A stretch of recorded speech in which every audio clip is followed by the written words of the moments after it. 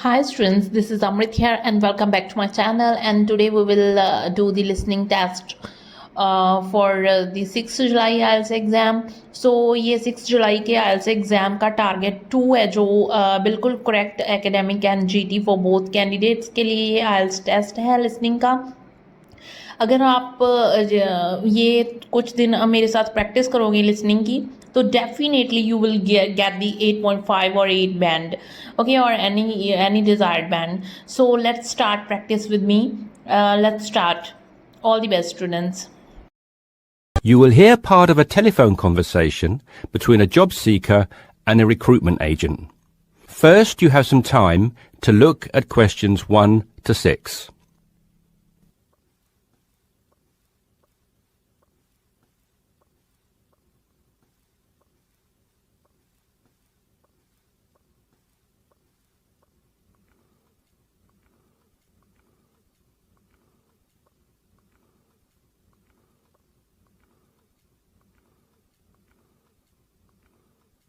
You should answer the questions as you listen because you will not hear the recording a second time.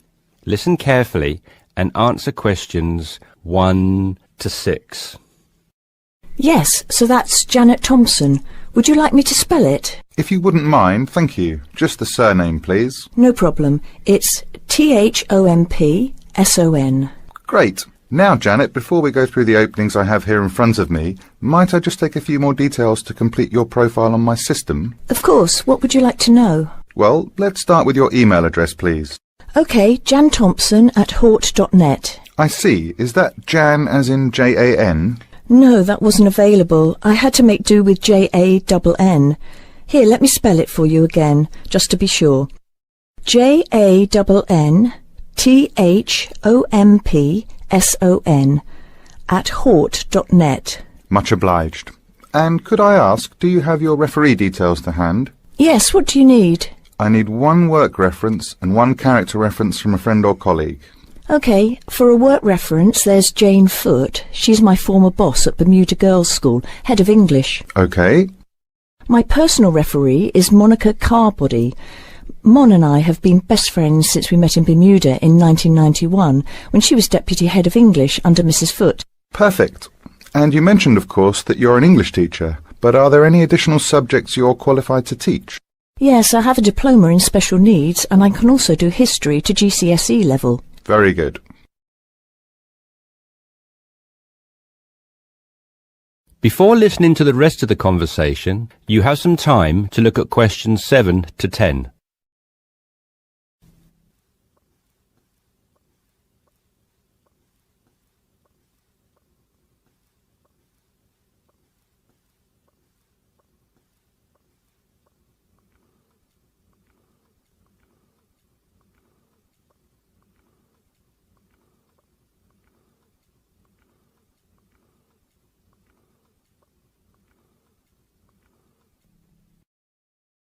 Now listen and answer questions 7 to 10. Do you think I stand a good chance of finding something? Oh, better than good. In fact, we have some positions we can offer you today. You see, it's not so difficult to find a temporary role. Tell you the truth, there are plenty of them around, but getting a permanent position will prove a little more trying, though. Would you be prepared to take up a position short-term? Of course, anything that pays. Excellent. Well, there are 3 positions that I can offer you right now. The first is a teacher of English in LaSalle School. I'm sure you know it, right in the city centre. Yes, near where I live, actually. Even better. Well, it's a 6-month contract, and the very attractive thing about this role is that the head of English at LaSalle will, if she's satisfied with your performance after 6 months, offer to make you a permanent member of staff. Wow, that's food for thought. It certainly is, bearing in mind what I said before about how hard it is to find a permanent role. The second position I have to offer you is in a school near Chelsea. It's called the Chelsea Free School. Are you familiar? I can't say that I've heard of it. Well, this contract is for 1 year, which is a lot better, looking at it from a short-term job security perspective, than the first role I mentioned. But you also have to realise that you are a temporary replacement for a female teacher who has taken maternity leave. There is no prospect of the position being made permanent. I see.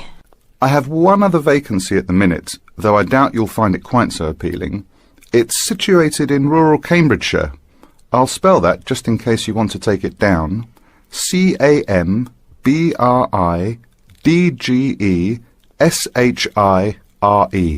And the school simply goes by the name Cambridge, though it's not in any way related to the other more well-known establishment of the same name. I was just going to ask that. What a lovely location, though, eh? Yes, but there's a catch. It's only a 6-week contract to cover for someone on extended sick leave. I see. Well, I guess that's ruled out then. What sort of salary can I... That is the end of part 1. You now have half a minute to check your answers.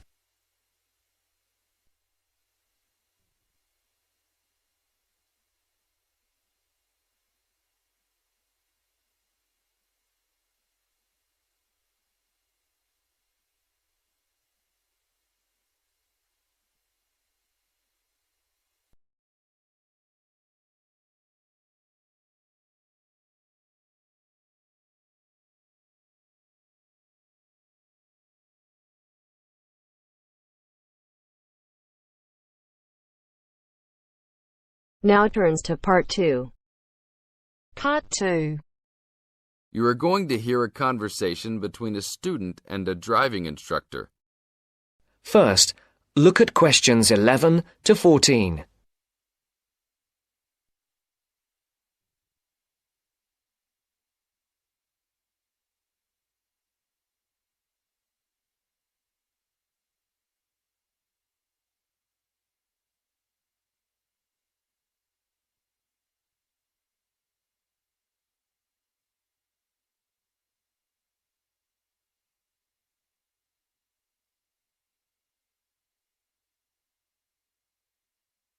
Listen carefully.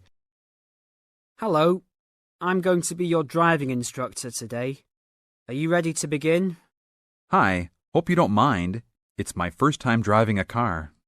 Of course not. That's my job. I teach people like you how to become a safe and responsible driver. So let's begin. Remember, the most important rule of driving: safety first. There are some steps to follow. First, you should put on your seatbelt. You should always remember to do that. In case of an accident or emergency, having a seatbelt on is of utmost importance. Okay, I have my seatbelt on. Now what should I do? Start the car. Good. Now make sure that the steering wheel is in the proper position and that your seat is not too far or not too close to the pedals. I'm all ready to go. Should I shift into first gear? Don't forget to put the parking brake down. You don't want to drive with that up. Oh yeah, I almost forgot. If I have the parking brake on, I won't be able to accelerate. Yes, that's right. Now put the car in reverse and slowly back out of the parking space. Good. Put the car in first gear. When should I shift? Is it better to shift slowly or quickly? You can shift whenever you feel is appropriate. This means shifting should occur smoothly. Do not shift too slowly or you will stall.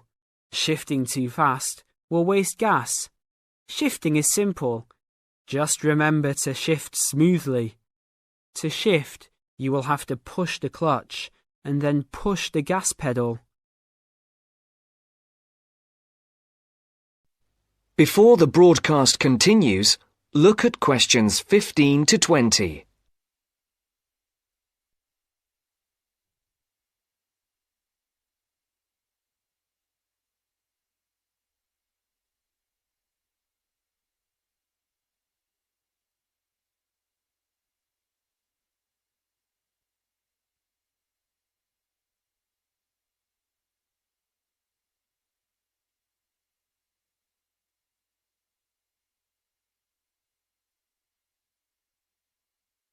You will now listen to the second part of the talk. Remember, smoothly is the key to good shifting. Like this? Yes, that's good. Now keep it slow. Don't drive very fast just yet. Be sure to constantly check your mirrors for oncoming traffic. Always be aware of everything that is around you, including 3 important things. Remember these 3. people crossing the street, other cars, and bicycles riding next to you.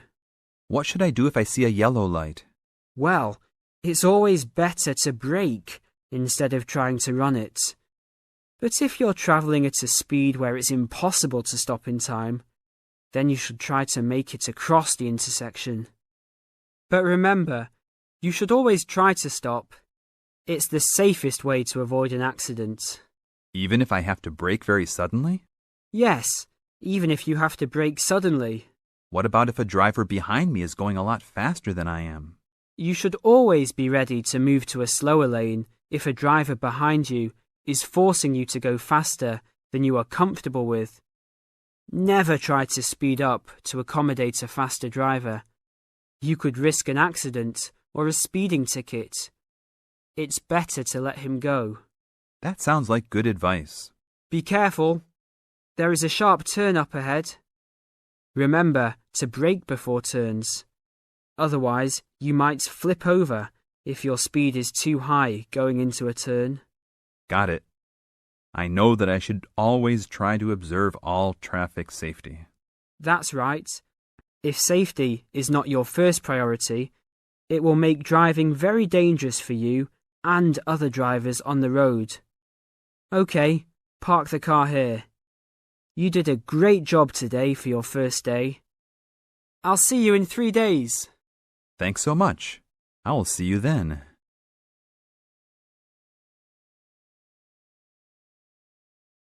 That is the end of part 2. You now have half a minute to check your answers.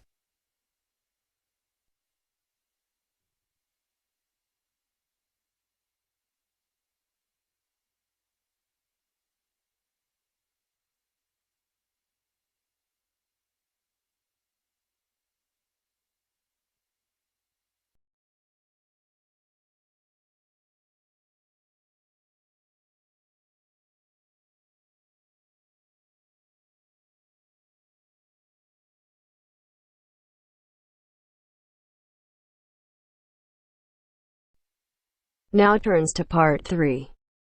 Part 3. You will hear two business studies students, Evelyn and Mark, preparing for a seminar presentation. Before you hear the conversation, you have some time to look at questions 21 to 25.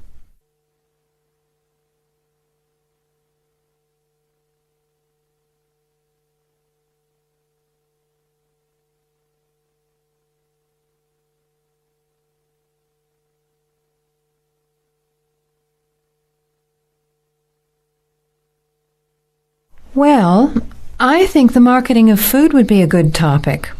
I read a very interesting article the other day about the Canadian food market.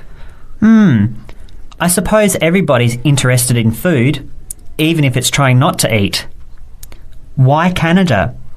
I know that's where you come from, but isn't it just all North America, really? No, that's why I thought this article was interesting.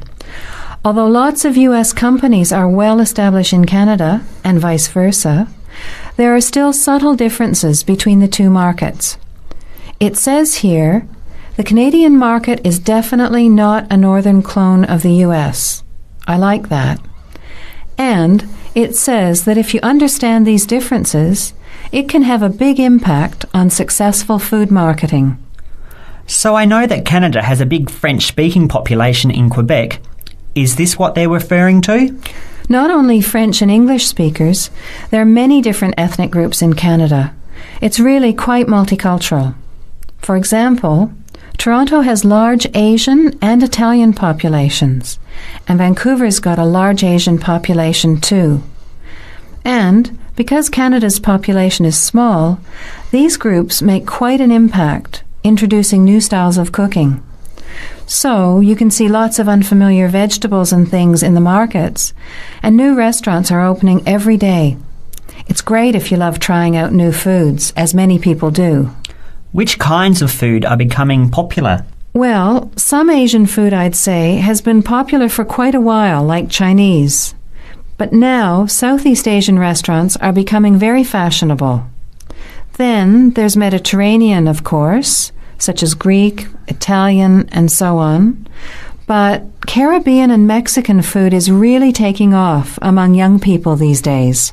So are the supermarkets starting to stock the ingredients that are needed to prepare these foods at home? You know, all those unusual condiments and sauces. Yes, that's right. It's quite interesting going to the supermarket, isn't it? And noticing how they're introducing sections for foods of different nationalities. You can buy quite exotic products locally these days. The article mentioned that 80% of the Canadian retail market is controlled by 8 major national supermarket chains, so that when they introduce changes, they can happen quite rapidly. Okay. Well, how are we going to organise this seminar then? I made some notes on the trends in the Canadian market, about changing tastes and also patterns for where food is consumed. I thought maybe we could summarize it into a chart or table and maybe use the overhead projector to present it. Good idea. Maybe I could have a look for similar trends and tastes in Australia and the UK for comparison. Let's have a look at what you found. Before the conversation continues, you have some time to look at questions 26 to 30.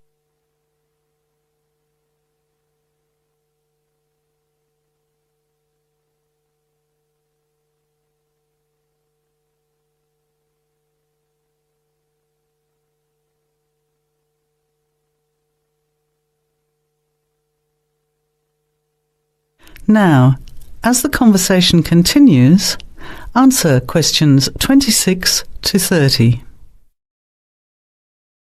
The most significant trend, it seemed to me, was that Canadians are definitely interested in healthy food. For example, did you know that salads are the 3rd most commonly eaten food in Canadian restaurants? Really? What about organic food then? Is that becoming more popular? Yes, it's definitely moving into the mainstream compared to a few years ago. And a recent survey showed that 4 out of 5 shoppers said that they check the fat and nutritional information on the packet when they're deciding what to buy. What other trends did you find out? There's one change I noticed straight away when I was home last year in the meat department.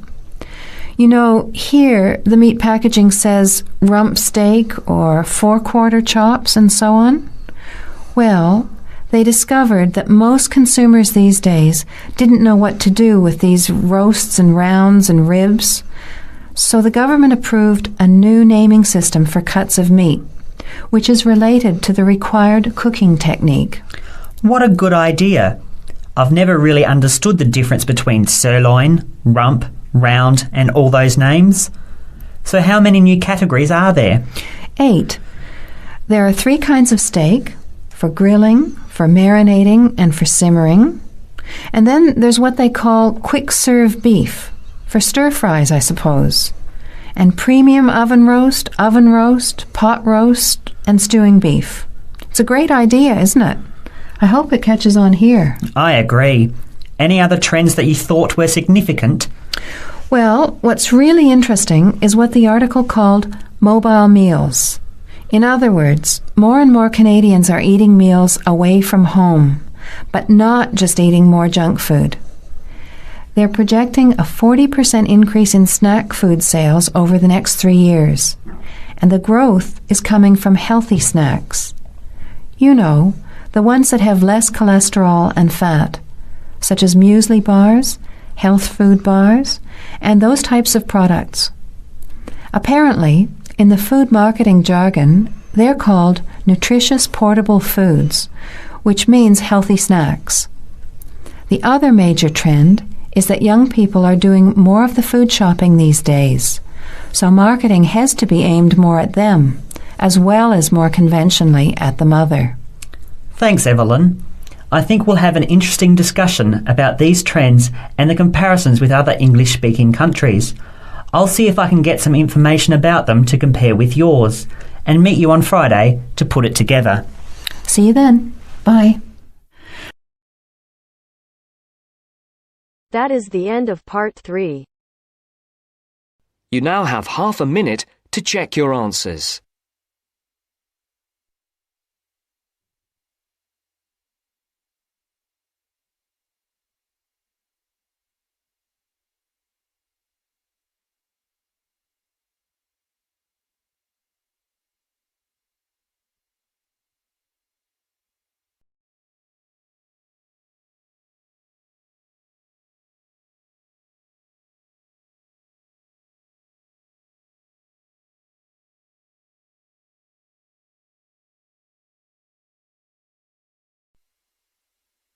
Now turns to Part 4.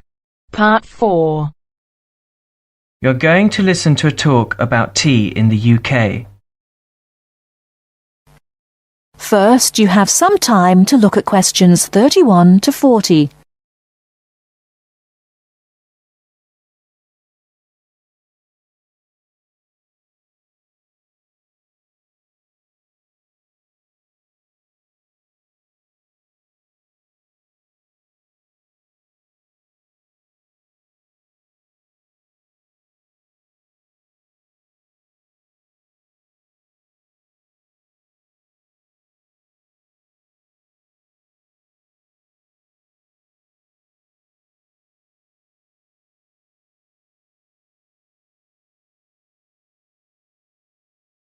Now listen carefully and answer questions 31 to 40. During the 1930s, there was a popular song which had the title "Everything Stops for Tea," and to millions of British people, a restful cuppa is still an ideal way to relax for a few minutes from the rigours of the day. The English custom of drinking tea has its roots in the 17th and 18th centuries. When first imported to Britain, the exotic cha, or cha, as the Chinese tea was variously called, was considered a man's drink to be enjoyed with colleagues at London coffee shops. These were popular meeting places for many walks of life: politicians, lawyers, poets, actors, and writers. Many London clubs began in this manner, and the famous Lloyd's Insurance underwriters started out as Lloyd's Coffee House. In 1706, the first coffee house that offered tea was Tom's Coffee House, owned by Thomas Twining. He realized that he needed to introduce an added attraction to compete with the many other coffee houses in London, and tea was rare, exotic, and extremely expensive. With these credentials, tea became an exclusive drink and enabled Twining to open a tea shop under the sign of the Golden Lion in the Strand. By the 18th century, the ladies of the more affluent classes were going China mad, using tea as an excuse for displaying their extravagant purchases of Chinese porcelain and Dresden tea sets. A comprehensive tea tray would consist of a teapot and stand, teacups and saucers, sugar bowl, milk jug, and basin for discarded tea and tea leaves. Tea was still expensive and kept in locked tea caddies.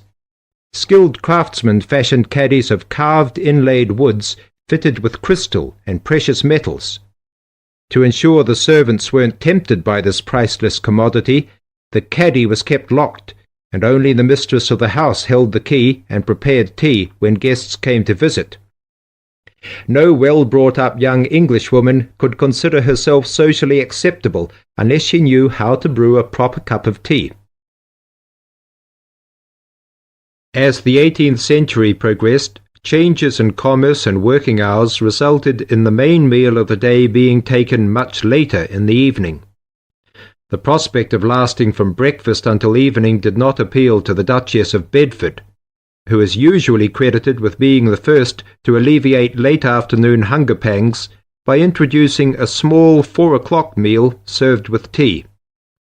With time, the light, wafer-thin toast or delicate white bread gave way to exotic fillings like tomato and egg, cucumber, chicken, or potted shrimps, followed by buttered scones, crumpets, or elegant pastries. The popularity of tea continued to spread, but it was not until 1839 that the first shipment of Assam Indian tea was landed in Britain. A healthy trade with India was soon established, and tea clippers, like the Cutty Sark, now a museum in a dry dock at Greenwich, were reaching the peak of their sailing days. In 1879, the first limited shipments of Ceylon tea began to arrive, and by 1880 this had been firmly established alongside Indian and China teas, giving the broad range of teas that are available today. There have been few changes in 3 centuries of tea trading. London is still the centre, and indeed Twinings still has a shop on the site of the original Tom's Coffee House at 216 The Strand. The name Twining has been linked with tea for over 280 years. Indeed, it was Richard Twining, in his capacity as chairman of the dealers of tea, who in 1784 persuaded Prime Minister William Pitt to reduce the high tax on tea, making the beverage more accessible to the general public. That is the end of part 4. You now have half a minute to check your answers.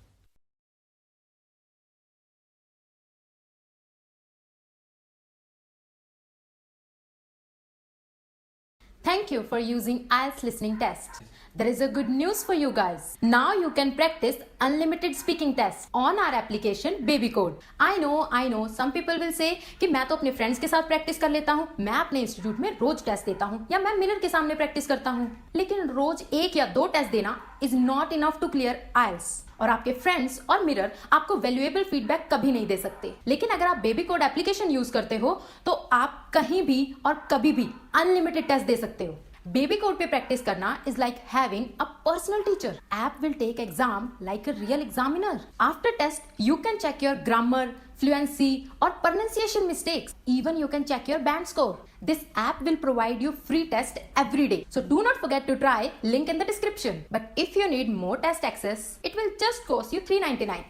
Wait, if you use my promo code IELTS50, that will give you even more 50 rupees discount. Now it's like a one-time meal money, but this will help you to crack your IELTS exam.